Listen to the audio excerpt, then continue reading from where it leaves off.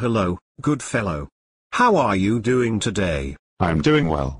Thank you for asking. Did you hear the story about the guy who got hit by a car while he was at the ATM and he sued the bank instead of the driver for millions of dollars? It does not sound familiar. It just goes to show you how lawsuit happy this country is.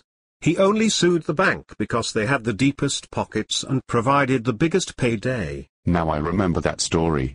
Before you rushed to judgment, did you read the details of the incident? Well, actually I have not. What took place was that the bank had been notified on many different occasions that the door on the ATM room would get stuck, not letting people out, which is a public hazard. So when a car spun out of control, the man tried to exit the booth, but the door was stuck. The man ended up with severe injuries and will be handicapped for the rest of his life.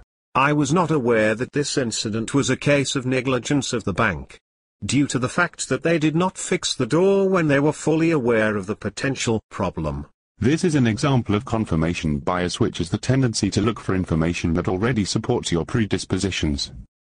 I have to admit that it is true that the concept of frivolous lawsuits is something that really bothers me. What can we do to avoid our biased mindset from influencing our opinions? First, we need to be aware that our thought process has this tendency toward bias. This bias causes us to cherry-pick information that we already have a predisposition for. We should not have our minds made up about an issue until we have heard all sides of the story. If you find this type of bias taking place within a group of individuals, then you should take on the role of devil's advocate regardless if you agree with the group or not.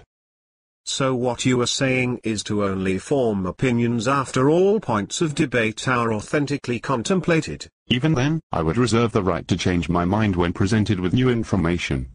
This creates the mindset needed to formulate opinions based on sound information.